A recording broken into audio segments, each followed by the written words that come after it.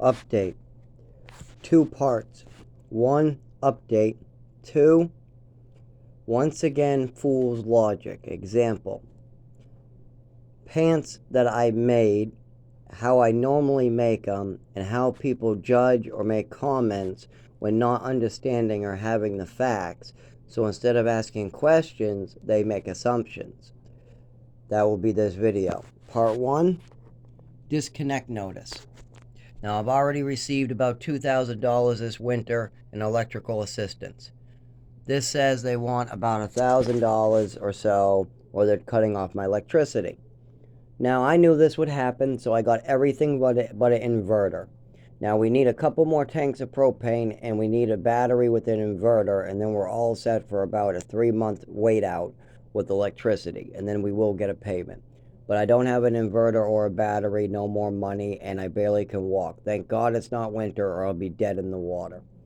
Yes, I have a neurological disorder, and if I don't have any heat, I have seizures, and then I can't walk or get to the places to get the funding to turn it back on. So it becomes, I'm just fucked and in the hospital. That's a big problem. I've ran into that problem where I am outside freezing to death and I can't get moving to get unfrozen to death, so it just becomes a big cycle where I end up in the emergency room over and over. Okay, better news, better just fool's logic makes you think. So here's an example. I've been known to make my own pants. What I first do is cut the pants. Then I make one incision this way and I fold it inwards. Then I put one straight stitch on the inside on the fold, and then on the opposite side I put a stitch in holding it. The stitch would be the same color as the pants, and most of it would be in the back of the knee where it's not really visible. There would be one line stitch here, and then there would be one on the back of the knee, like right over here. And what that does is it makes it have a clean fold, like that, so that the shorts become shorts. I make them myself. But first I have to cut them, and they look like this, until I fold them inwards, and then I can trim and make the cut perfect. I'll trim off any and it'll be all even. But first it has to be folded and then stitched into the fold. Now, why have I not done so? My sewing needle has broken. The other sewing needles, I don't have anything to thread it. I shake and have a neurological disorder. Yes, if I spend an hour trying to thread a needle during childhood, I probably could have got it. But now, after 25 years of having an illness, a disability, and not getting help, there is no fucking way that I can thread a regular small needle hole. No way I can get a thread in there. So I normally have a tool where I put the thread through a big hole, then I put the wires in the small hole, and then I pull the thread through and pull the other thing out, and I'm all set. But that tool my roommate broke. Now a sewing kit with that tool is 99 cents. I don't have $1. I don't have bus tickets to waste on a sewing kit to repair pants right now. I have some sewing thread. I have some old really small sewing needles with shitty holes, and the big sewing needle I had is no longer usable, and the tool to thread the small needles is no longer anywhere. It's broken into pieces. It's gone. So there will be no sewing for me. But I actually do have a lot of skills in sewing or altering clothing. I can't make my own clothing. I don't have really good straight lines, but I'm good at altering clothing with different dyes, stains, acid washes, different stitches in different spots, different cuts, different color changes, different loosening, tightening, different shrinkage to make something smaller and tighter and then make it sleeveless, or there's a bunch of alterations that I do. But people sometimes, they'll ask me why I didn't fold that over. I'll be in public or someplace just running to pick up my meds and come back home, and we might get a little old lady in her 60s going, "Look at that kid. That kid needs to learn how to sew already." And I'll hear her say that to her husband. "Look at that kid who doesn't know how to sew over there. This generation today, they don't know shit. They don't know how to sew." Then she has the nerve to come up to me and say, "Don't you know that you can fold that over and sew that? Don't you know that? Don't you kids know that?" And then she walks away before getting a response. I get this fool's logic a lot. She is an idiot. I don't care if you're fucking 60 years old and you think you're a genius. You don't know something, you don't know something. You don't know what's going on with my sewing kit at home. You don't know if my sewing kit ended up in the toilet last night. Maybe my girlfriend stole my sewing kit. You have no idea what's going on. Or maybe these alterations just happened. Maybe I was walking down the street and I caught my pants in a fence and I had to cut them off right then and there. She has no clue what the situation is. The situation is I don't have my sewing kit ready to do the fold. But see, these people don't know this. They don't know the facts.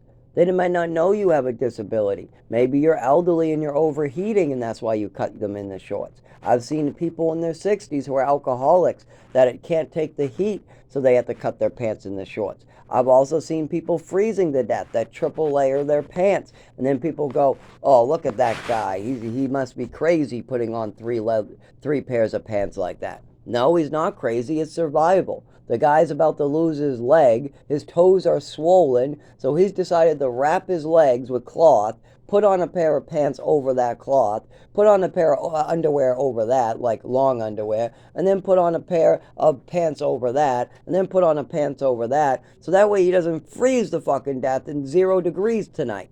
So you might be going home, but this guy is diabetic. He's diseased. He's drinking to deal with it. What he can quit as soon as he actually gets an apartment. But a lot of these people, I've seen them go sober as soon as they get an apartment. They're willing to work, but a lot of times they've been destroyed. People have hit them. People got metal plates in their head from prison. An officer lit them on fire. Their wife raped them a bunch of times. Their mother raped them. Their father raped them. Their brother raped them. This person robbed me. This person hurt me. This person poisoned me. Those situations are the reason why we have so many people in the shelter. There's multiple reasons. One, people can work long hours and still end up in the shelter. So you have a lot of people who are just working low-income jobs and lost their apartments in the shelter. Then you got a lot of elderly people on Social Security that have a choice to make. Either hand over their whole Social Security for a small one-bedroom or a studio, or live in the shelter and have all the cigarettes they want. So they choose to live in the shelter and smoke cigarettes, some of them. Some of these old people in retirement. Then you got the people with warrants out, or the people with criminal records that can't get jobs or Social Security. They're in the shelter. Then you got the people disabled who are going through hell and back. They're in the shelter or on the streets. Then you have the alcoholics and the drug addicts who can't use the shelters that are on the actual streets. So you have all these different levels of drug addicts, to people on Social Security, to people on disability, to people who are disabled that should be on disability but aren't receiving it, while other rich white kids are collecting Social Security and live in the room above the shelter. That's one thing I noticed too. A lot of these shelters have these little tiny cheap apartments for about like $600 to $1,000 a month, hooked up right to the shelter. And if you're on Social Security and you're a rich white kid who just has anxiety, you go right over there. That other side is full of 20-year-olds and 30-year-olds who are on Social Security that look like there's nothing wrong with them. They say they have anxiety. They say they have PTSD, but yet they're playing Call of Duty video games every day. I could see them working just fine. I know plenty of these people. Everybody from Dan to the guy next to the little shelter. I know plenty of them. One of them let me stay in his little shelter apartment. And I asked him, I said, how do you get this place? He goes, I'm on disability. And the shelter hooks you up if you're on disability. So meanwhile, you got a bunch of people taking up the shelter beds also downstairs that are all retired, and they just don't want to pay their rent. Rent is too expensive, they say. My income is $1,400 and the rent is $1,100. Yeah, that works out. You have $300 left over. Well, then I wouldn't be able to smoke my cigarettes, they say. Or I wouldn't be able to drink my gin. Or I wouldn't be able to drive my car. Or something like that. So they take up the bed at the shelter and keep their Social Security. Then you got the people who are disabled, who need a bed and don't get their Social Security because the rich white kids who have anxiety, they get it. So the people like me who are falling down, having seizures, getting hurt in the woods, getting thrown out of shelters because he's disabled, people like me, we have to live out in the woods. So then you got the drug addicts with warrants. They're out in the woods. Then you got the good people who just don't want to be caught up in the shelter. These are just people who don't drink, they don't do drugs, they work hard, but they refuse to use a shelter. There's a lot of other people who will let you stay with them if you never use a shelter, because shelters have bed bugs, scabies, and lots of diseases in it. So if you stay in a shelter, there's a good chance you're going to get scabies, bed bugs, or diseases. So people do not like people from the shelter. They think they're going to get bed bugs or diseases in their apartment. So if you're in the shelter, don't expect anybody to put you up either. So there's a lot of this shit going on right now. And that's really, really messed up shit. And that's where I'm going to leave the other point, is that we need to use the resources we have available in the right manner.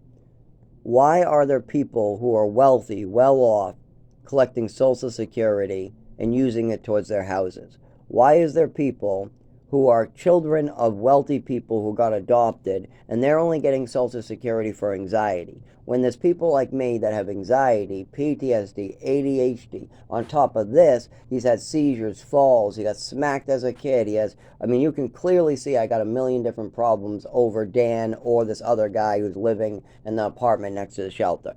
Those people have just anxiety and they had rich parents with lawyers. That's it, that's all they got. But yet they get a check. I've seen people like me. I've seen people with diabetes. Like for instance, you know who deserves that Social Security with mental illnesses? People like Angly Beth. She had her eye popped out as a child. She's been abused her whole life.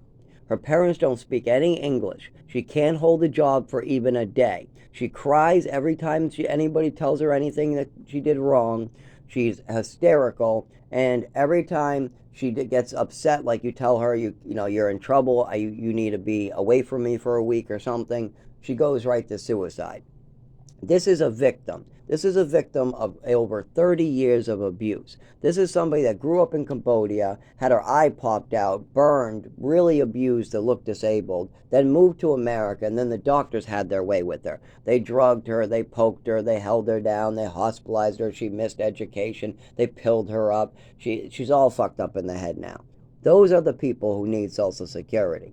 The people that the doctors got to. The people that come from other countries and have been taken advantage of. I sent out an article recently on that, on how people from orphanages or other countries, the doctors have been purposely fucking with their mental and physical health. That is very common because the parents don't speak any English, they don't have money for an attorney, and they've already tried to fuck up their child so they can get money from the state. Then the doctors figure, well, we should make some money off the state too. And then so the doctors get involved trying to make money off this kid too. So you got the parents trying to make money off this kid by making the kid disabled. And then you got the doctors taking advantage of the state insurance, billing the shit out of this kid to make extra money. So you got all this extra billing going on for any orphan or foreigner that comes into the country that tries to get state benefits. It happens all the time.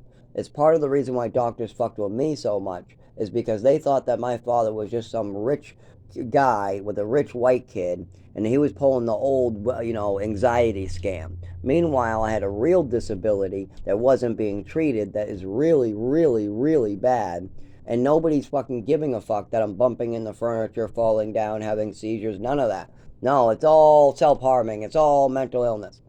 Give me money already, is the response. So the doctors say, okay, you want your kid on shitloads of pills? Fine, here's shitloads of pills. And that's what happened to me. But Angly Beth, her parents didn't speak English. She couldn't speak English. No, she couldn't even ask people for help until she was about 11. So they already had her good and fucked. Those are the people who need Social Security for anxiety. Not this kid Dan who just gets anxiety when taking a test. He drives a car. He's able to work a job. He's very good verbally. He's able to raise a dog. He has an apartment. This is somebody who just doesn't want to do the hard work. He sees that the society is all fucked up, and the rich daddy knows a way to give his son a heads up. But then people like me or Angly Beth have to suffer with actual real disabilities, and we have to work long hours, and we have to get injured on the side of the road. Meanwhile, we watch some rich white kid drive us home and talk about how he gets money for just having anxiety and that we should be on Social Security. Yeah, I know I'm supposed to be on Social Security. What about it? Who's gonna do anything about it, huh? I have more disabilities than any of these fuckers on disability, but yet I'm not.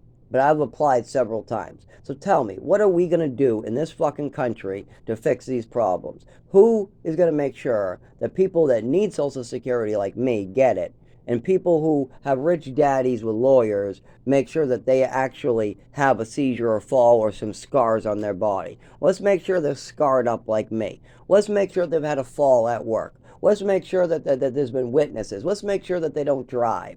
I mean, if somebody's driving a car and then you have a disabled person that can't drive a car, and then the disabled person that's so disabled that they don't drive is told that he's okay, but the guy who just has anxiety, he drives a car, he's perfectly fine, that guy gets a check and is called disabled.